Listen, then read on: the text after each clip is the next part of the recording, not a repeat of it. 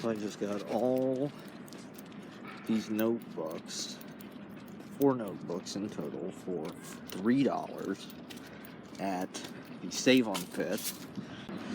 Mead notebooks. The fucking Mead is in Chillicothe, Ohio, where my dad is from.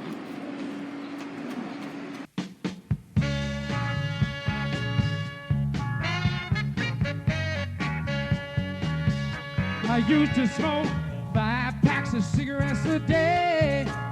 It was the hardest thing to put them away. I drank 4 or 5 bottles of wine. I kept a glass in my hand all the time. Oh, breaking those habits was hard to do, but not compared to the changes that you put me through. Trying to live my life without you, babe, is the hardest thing I'll ever do. Try to forget the love we once shared, babe. Because they always have exactly the same conversation. Yeah. He calls him up and then he's like, "Are you eating my macaroni and cheese, man? Man, are you eating my macaroni and cheese? You better eat all that, man. You better eat all of it. I'm gonna beat your butt when I come home if you don't eat all that." My brother is back in Columbus. He's running sound at this place called The Summit, which is like the pretty much fucking cutting edge shit heel hipster bar in Columbus, Ohio. And he was telling me that the Unholy 2 featuring the legendary Chris Ludzko. This dude is just a rock and roll maniac, a total fiend. Their band does not fuck around. I mean, they sound like, literally, they just sound like a hurricane is in the room.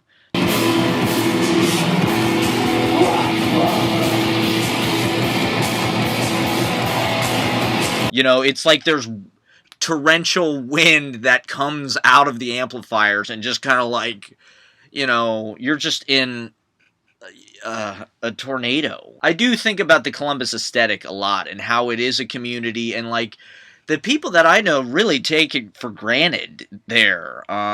They don't think that they have a good music scene at all, and they are so wrong. Like, the lo-fi shit is dope as hell, and it is like the avant-garde sits in Columbus in a bizarre way. So my brother was running sound for the Unholy 2 at the Summit. Pretty fucking cool.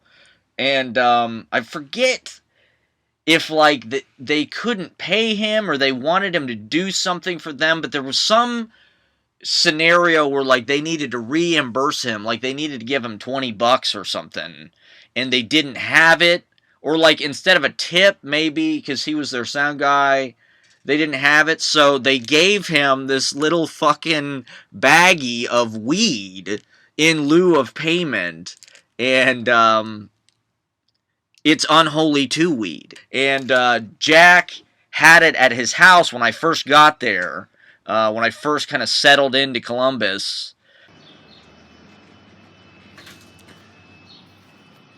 What's the street? Hanford. Hanford. There are a couple of class 3 sex offenders, but What is class 3? like serious. Like I real saw them shit. on your fucking... There's a reason that they're on a little thing that they mail to everybody, you know? How close do they live? It has their addresses on it, man. There's like... I was high for like a lot of this trip, man. Like, I was, because I thought I got confused between like a vacation and like a work thing. So it became this like spiral of effort and laziness and sobriety, sort of, and extreme smoking a lot of weed really fast late at night because I haven't been smoking weed all day. And the Unholy 2 weed. So, like, I'm thinking these guys have, like, the total dank fucking stash, you know, and their fucking weed probably has PCP on it or something. Like, it's probably psycho weed, you know? I watched it like fucking 20 times. Alright, let's see what this guy did. I think it's got his address. Gross sexual 461. That's like right over there. What happened? We were watching, what were we watching? We were watching, Deal or No Deal. Yeah. And,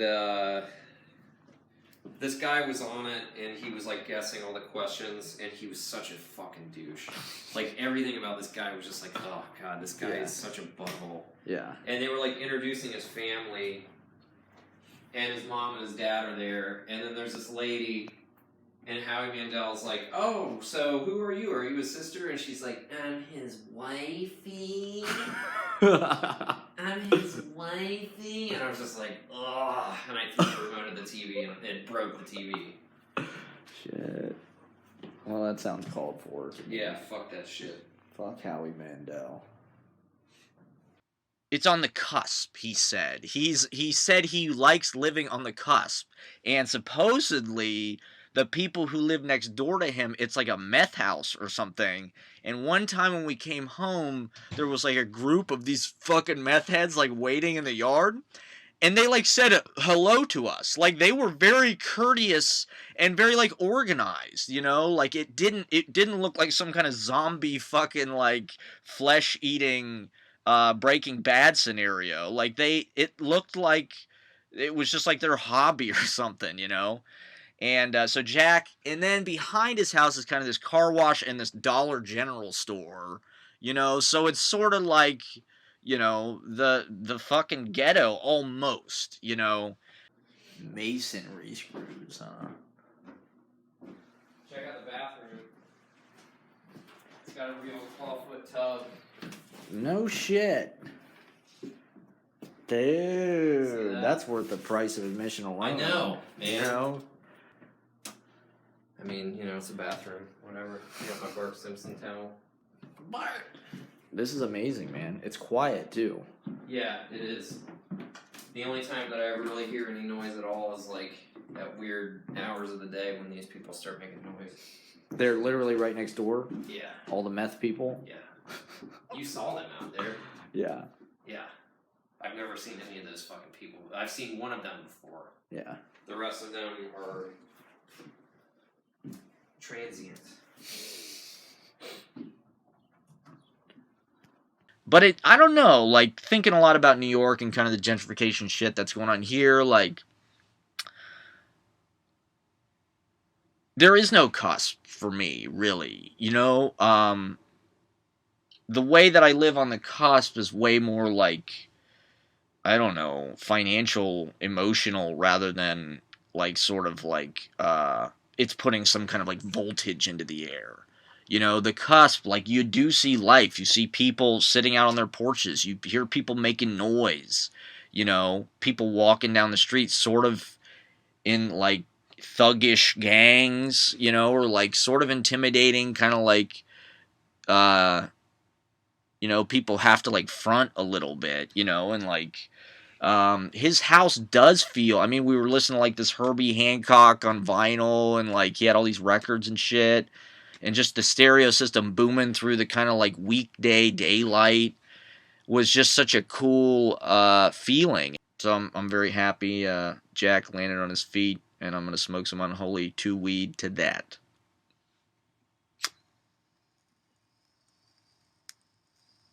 Most of the fish here are permanent residents, feeding on the plankton, the tiny floating plants and animals. How much was that? $90. That's hell of a deal on a fireplace, man. It was $90 on Amazon used. New $279. Honestly, I think when I build a box around that, you're not even gonna be able to fucking tell it's not real. You're gonna be like, whoa man, you got a fireplace? Oh shit. Hot night, oh, hot loving every night. Sports. Man, what happened to my coffee?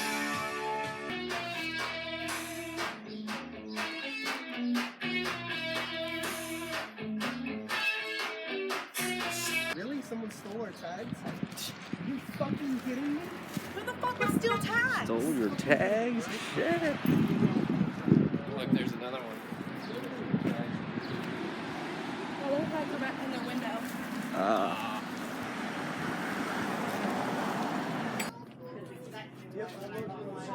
Oh man, I should probably get some shit.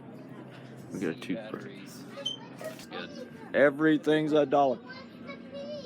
That smells so much like a fucking decorative candle. It's ridiculous. Well, yeah, it's $1. What is that, French vanilla ice It's $1 cream? decorative candle. We're not at Bed Bath and Beyond. No, here. it smells just like Bed Bath and Beyond. Yeah, It's totally. insane. Right. This is like stealing practically. It is like stealing. I feel like Votives. everything here fell off the 8 truck. votives there.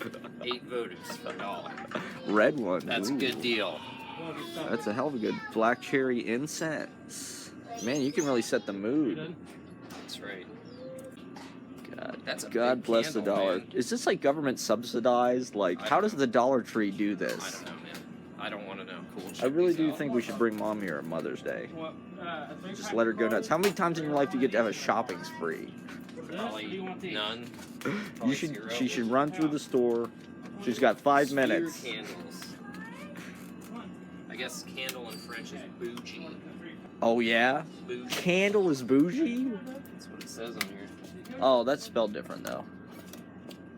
That said bouge, I'm gonna didn't get it? the vanilla ones. Bougie is spelled very bougie. Bourgeois.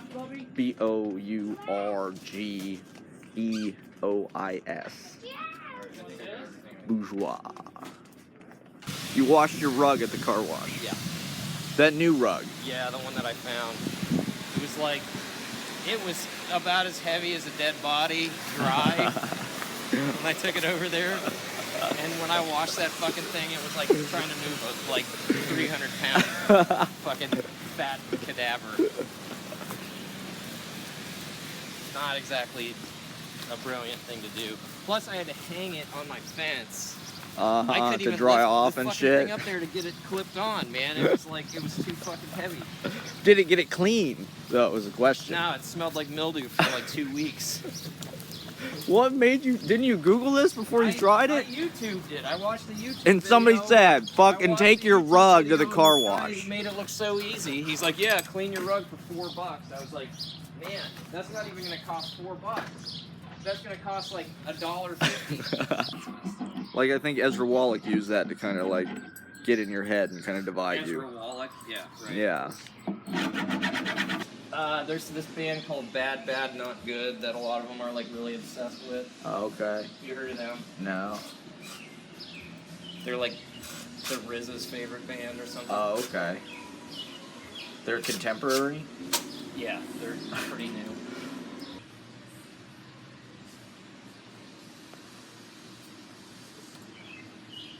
Say that'll probably light up a good amount of the yolk. It's like some GoldenEye shit. That's right. Gotta use your PPK, PP7 silence. Take that motherfucker out before you sneak up on the Russian guards with your AK-47 and just light them all up. It's amazing. It's amazing how many fucking guns he can carry. Remember that animation when you shoot a guy like in the foot or whatever it is?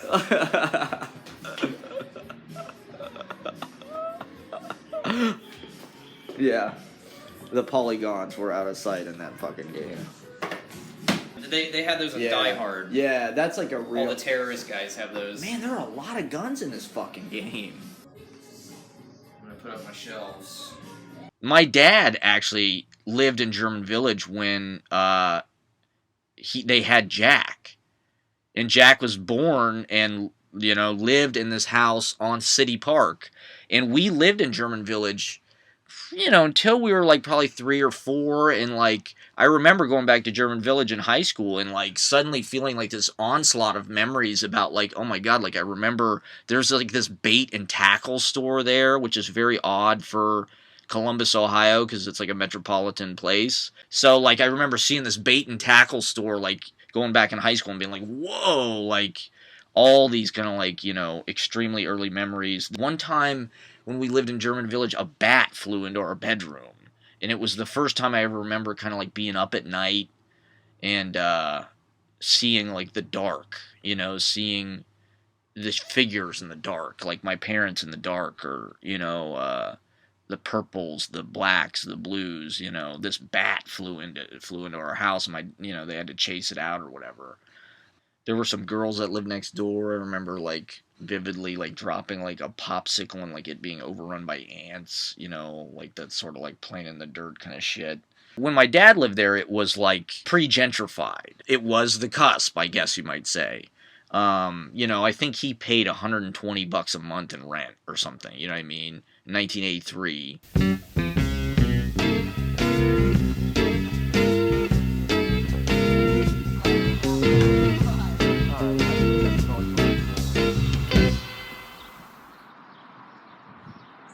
Yeah, that's a good looking cactus. So that's the water feature sky deck.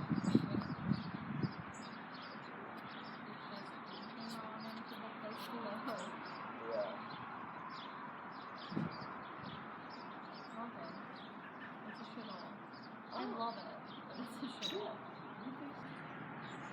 This cloud formation is called Family on Jet Skis. That one sort of looks like an angelfish if it was the head on a left turn lane sign.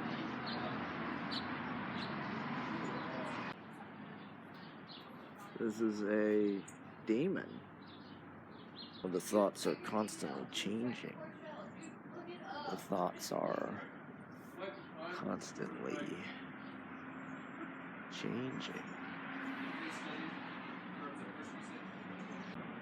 That looks like a big orangutan. That looks like a kind of like Bob Dylan's face coming out of like a flock of doves. That one kind of looks like Stay Puft Marshmallow Man if he was like lying down and like flying. If he was like a blimp. Therapeutic Cloud City. Green clouds, white clouds, blue clouds.